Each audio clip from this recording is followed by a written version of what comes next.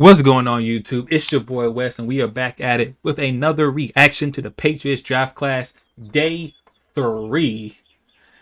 If you saw the other video, we went over day 1 with Will Campbell, day 2 with Travion Henderson, Kyle Williams, Jarrett Wilson. All four, I feel like, are very good picks, and all four are on the offensive side to go help Drake May. So, as of right now, in this point in the draft, we have already done more than what we would have done for Drake. What we really did for Mac Jones, because Mac Jones, we really didn't. I don't feel like we did enough to help him succeed at the next level. So now we're going to do what we got to do. Go over day 3 of the draft. See what we got. See what we like, what we don't like. Did we reach on any players? Did some players fall to a later round than expected? We're going to get into all of that. But before we get into that, we just hit 300 subscribers. I'm happy about that. And I thank everybody who has supported me throughout this journey. But we not done yet. We got to get to 500 so we can start becoming a YouTube member. So if you guys can do me the favor, if you like, comment, share, and subscribe to the video. I love you guys. I love making content. And now let's build this together.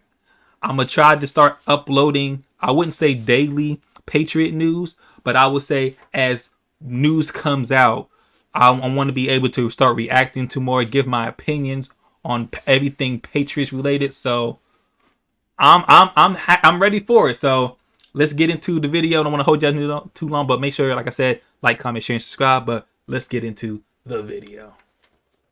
Now we have Craig Woodson, safety, nickel corner, nickel back, whatever you want to call him.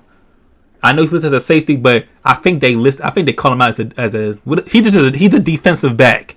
He's a free safety, someone who can play in the nickel position, whatever you want to call him. Craig Woodson out of California with our first 4th round pick 4, and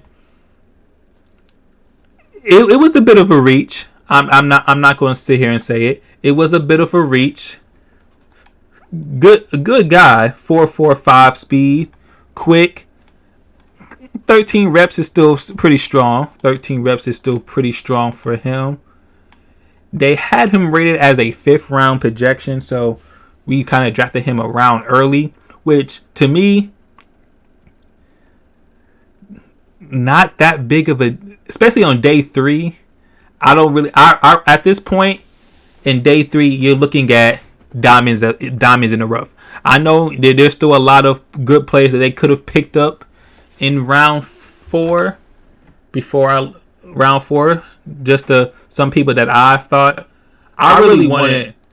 Even though we took Travion Henderson, I really wanted Tootin from West Virginia. That would have been a crazy backfield, added dimension to the backfield. Cam Scatterboo, I would have liked him too. Double dipping wide receivers. This is the one that really hurt me the most. And I wish we would have took Dante Thornton Jr. I feel like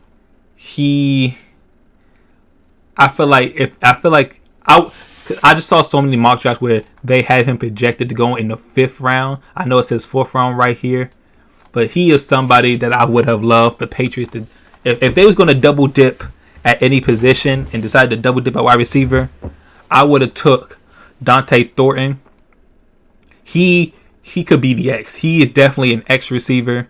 Put him at the X, and then move Kyle Williams to the Y, or the slot or the Z. But that's somebody I really wanted. But since we didn't get him, we ain't talking too much on him. Anybody else that I thought we could have gotten that I liked? Not really. Some of these tight ends went higher than I expected them to go. I would have loved Dylan Sampson in like the 5th round if he would have gotten there. Or if we didn't take Travion Henderson, I would have been cool with Dylan Sampson being our running back that we took. But outside of that, it's not really anything that I'm like, oh man, we wish we would have gotten. I like the running back, but like I said, you can't do plays that went before because they were not available. So really, the only person really it was Dante Thornton, and that's pretty much it. But on to Craig Woodson. He's a safety from Cal, a very physical safety. He's a physical safety with good back end ability. So as from the reports that I saw on him, he's a free safety. And we haven't had a true free safety since Devin McCourty retired. So he like I said, he's not scared of contact. So if you want someone who can cover and still be physical with on defense, that's him right there. Let's go over some of his weakness. Average makeup speed in the back end, can be beaten at the break by average route runners. Has trouble contesting catches against bigger tight ends. Blocks find him and stick to him in the box. But we already have a box safety, so we probably won't put him in that box safety situation. Possesses agile feet and easy hips and coverage. Adequate short area burst to contest the catch. Tackle efficiency was substantially better in 2024. Reads quarterbacks for early departures on throws.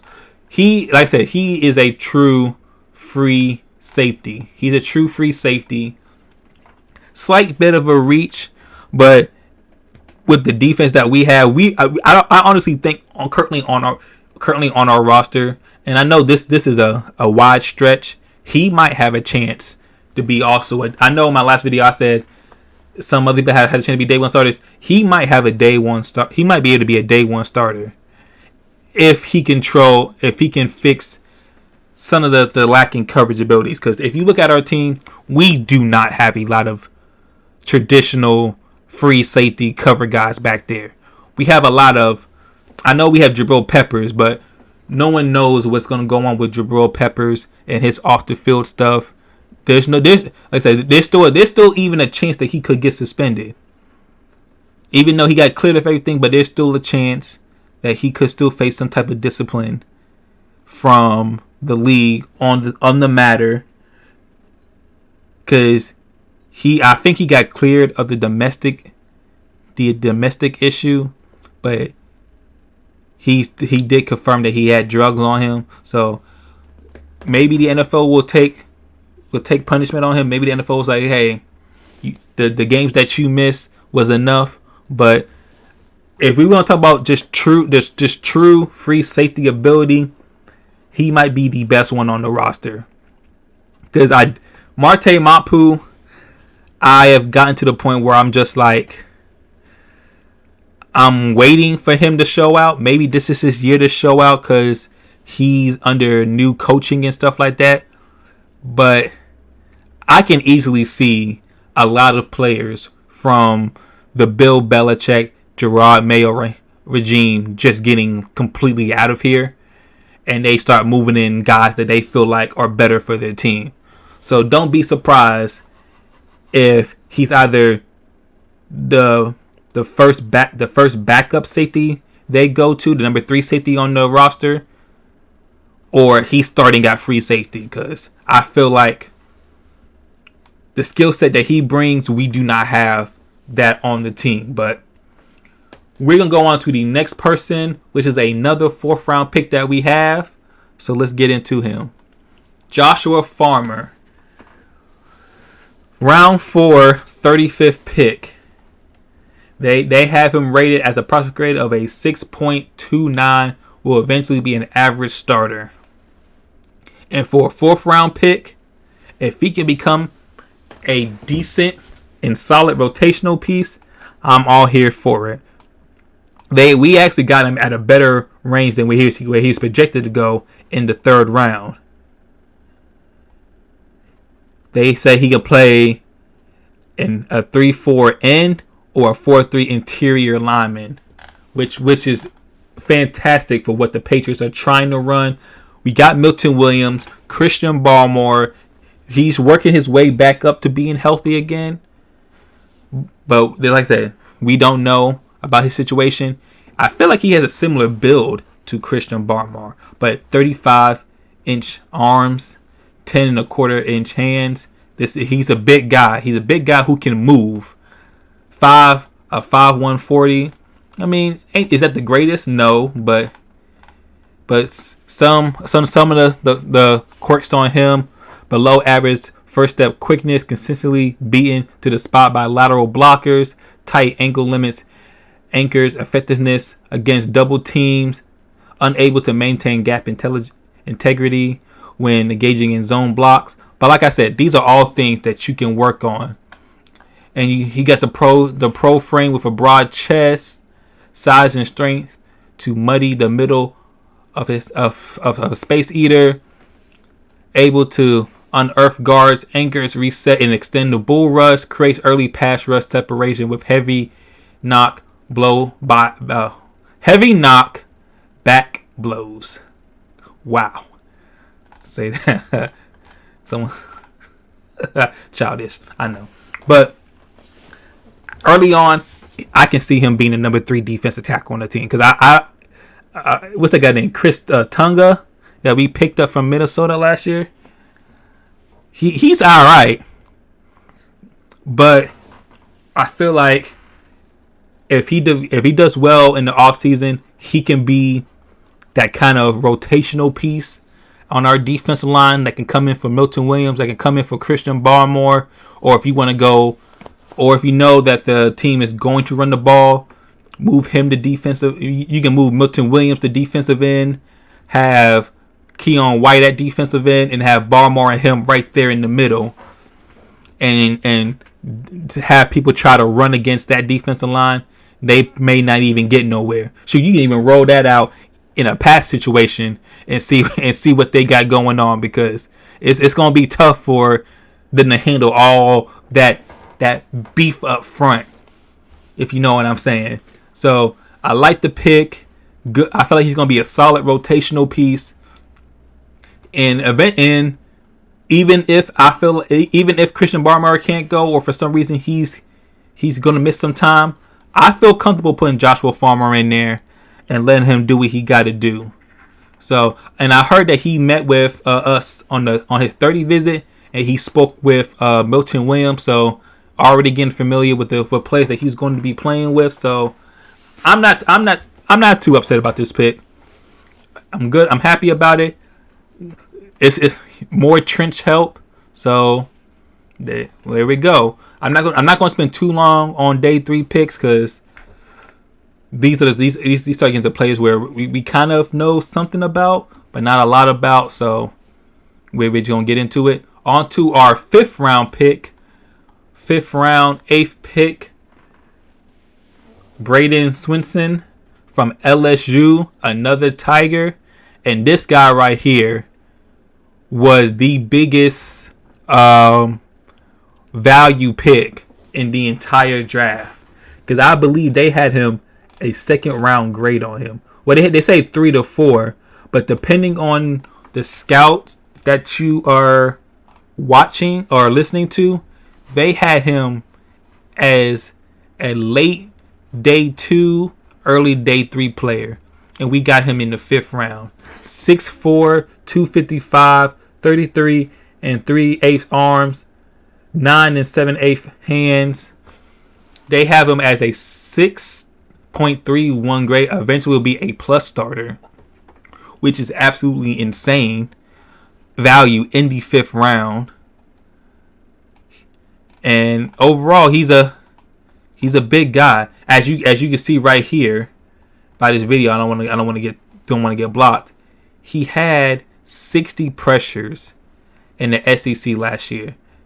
He had 58 tackles, and he had 60 pressures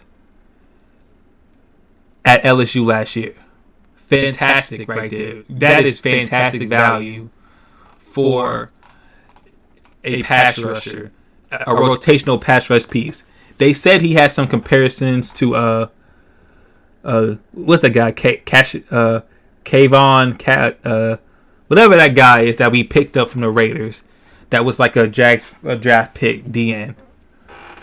As you can see right here, some of the quirks on him: inconsistent balance, working through counters and transitions, hasn't created a cohesive outside rush attack. Rush needs to be better playing with better hands. Fatigue in his fist fighting against bigger players. Needs to guard against excessive forward leaning to a point. Ducks head and leans with helmet into contact. Even I know that's not what they teach.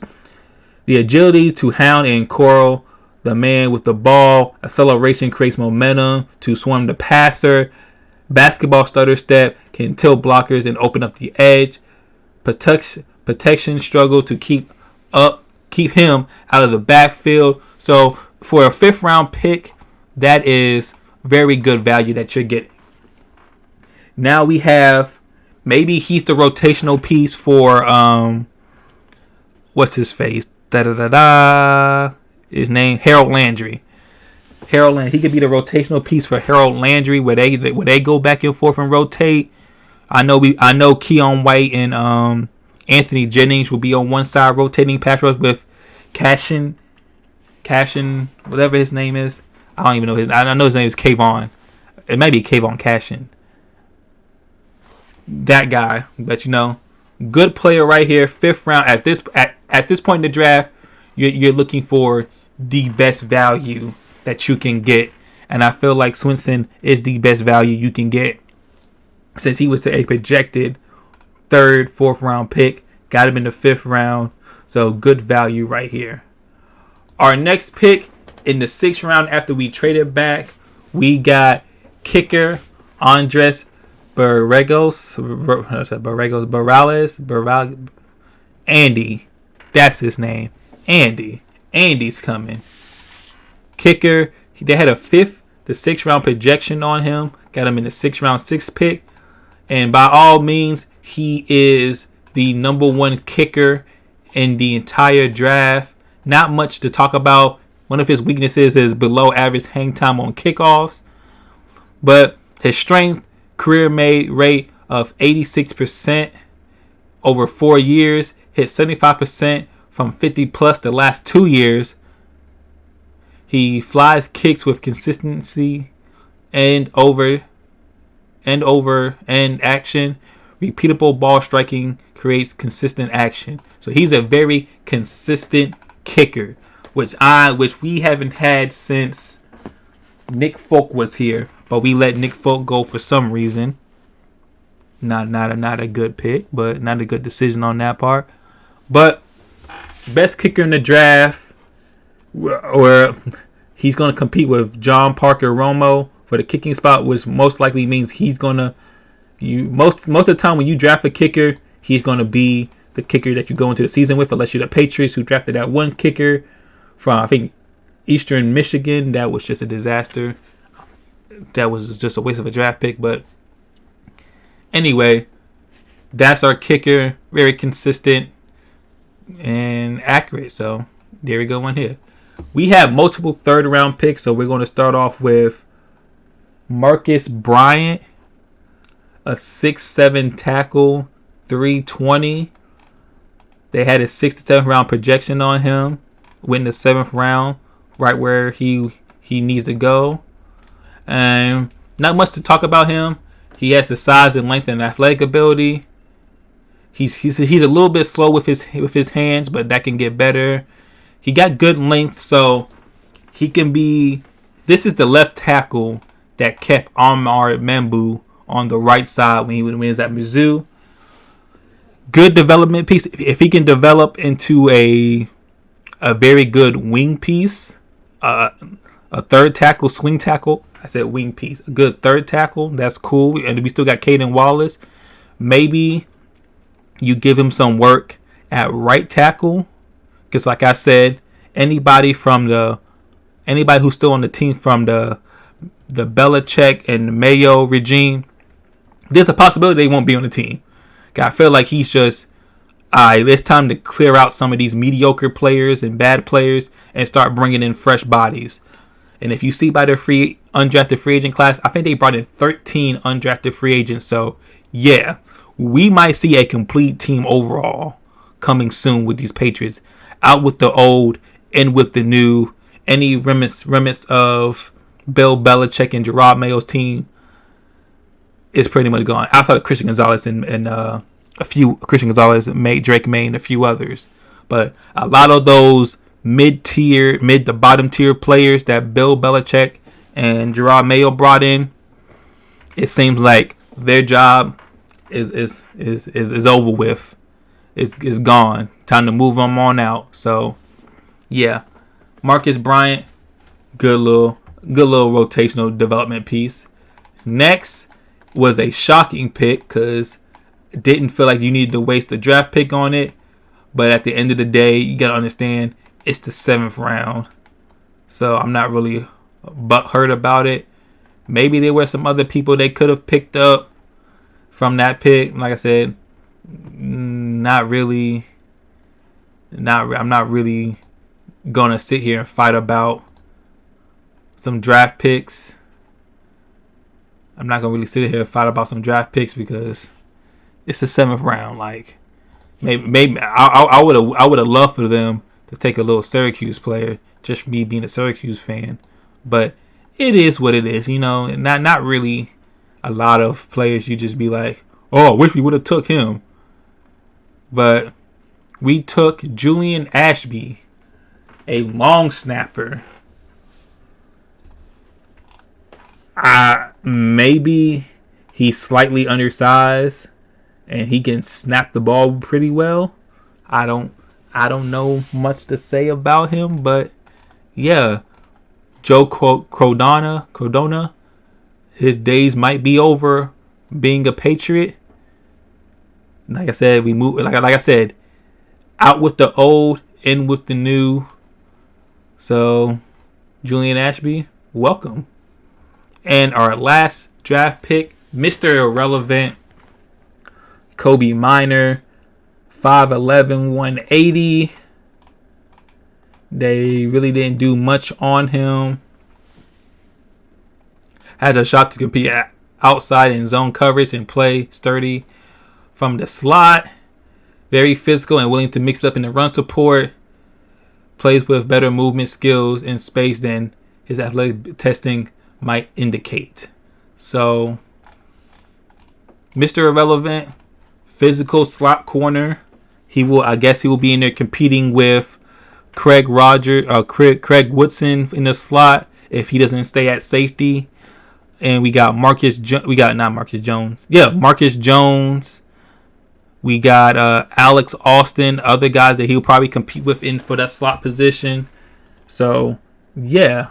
So that right there is the complete 2025 NFL draft. Those were all the day 3 picks. So let me know down below what was your favorite day 3 pick. And overall, as a draft haul, let me see if I can pull it up. Give me one moment. And do some clicking here. Some clicking there. And let's switch over. Here is our 2025 draft class. Will Campbell, 4th overall. Travion Henderson, 38th overall. Kyle Williams, 69th overall. Jarrett Wilson, 95th overall. Craig Woodson, 106th overall. Joshua Farmer, 137th overall. Braden Swinson, 146th overall. Andrews Bogalos, whatever, 182nd overall. Marcus Bryant, 120th overall. Julian Ashby, 151st overall. And Kobe Minor, 257th overall. That was our draft class. Let me know down below. Like I said, let me know down below which one was your favorite pick. I'm happy that I'm very content with this draft class. I will give this draft class an A-, an A to an A-, depending on how I feel about I'll say A. I'll say A. That's what I'm giving this draft class. One just on paper better draft classes that we've had in a while, because they're outside of one player that you can literally say was maybe a reach, but we got a lot of good value at at most of the draft positions. So I'm happy with it. I trust in Mayo and Wolf in them. I said Mayo, Vrabel, Wolf in them, that they got the best players that they feel like will help the team. So I trust them and I believe in them. So I thank y'all for watching. That is our draft class. I gave it an A. Drop down your comments down below. And the next video, we will talk about the undrafted free agents and the limited knowledge that I know about them. We're going to learn about them free agents the same time that I learned about them. So thank y'all. Hopefully y'all stay blessed up. I'm West again. And y'all have a fantastic day. And it's always good in the West neighborhood. See y'all later.